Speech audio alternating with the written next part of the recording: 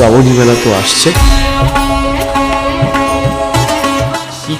Administrative পদক্ষেপ তোমরা নিতে চলেছো আরও সুষ্ঠুভাবে আয়োজন করার জন্য?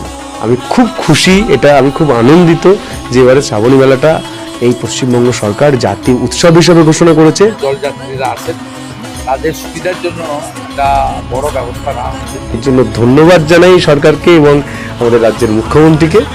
আমি জানিয়ে রাখি 14 তারিখ আগামী 14 জুলাই একটি আনুষ্ঠানিকভাবে উদ্বোধন হবে, যেখানে মুখ্যমন্ত্রী আসবেন, সম্মানীয় মুখ্যমন্ত্রী। সেই ছবিটা দেখার জন্য আপনারা প্রস্তুত থাকুন এবং তারপর শ্রাবণী মেলায় একাধিক চমক রয়েছে।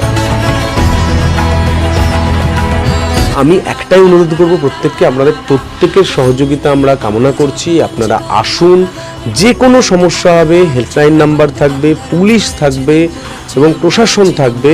আপনাদের সমস্ত সমস্যা সমাধানের জন্য আমরা সেবক হিসাবে আপনাদের কাজ করছি। বৈদ্যবাটির ঘাট অনেকটা প্রশস্ত হচ্ছে, সেখানকার বিধায়ক সবসময় সেখানে পড়ে রয়েছেন। আমরা ঘাটটা অনেকটা বাড়াচ্ছি যাতে অনেক মানুষ জল তুলতে পারে। রাস্তা সুন্দরভাবে আমরা বারবার এটাও বলেছি যে আমরা নিজেরা খালি পায়ে হেঁটে দেখবো, কিন্তু একটা যদি কাঁকড় পায় তাহলে কিন্তু খারাপ হবে। বড় রেস্ট সেন্টার সব থেকে বড়, যেখানে প্রধানমন্ত্রী জি এসেছিলেন, সভা করছেন, সেখানে হচ্ছে। এবং আমরা এখানে কালচারাল অনুষ্ঠানও ইন্ট্রোডিউস করিয়েছি এবারে। আমরা চেষ্টা করছি, সবাই মিলে চেষ্টা করছি, এটা আমাদের সব থেকে বড় টাস্ক।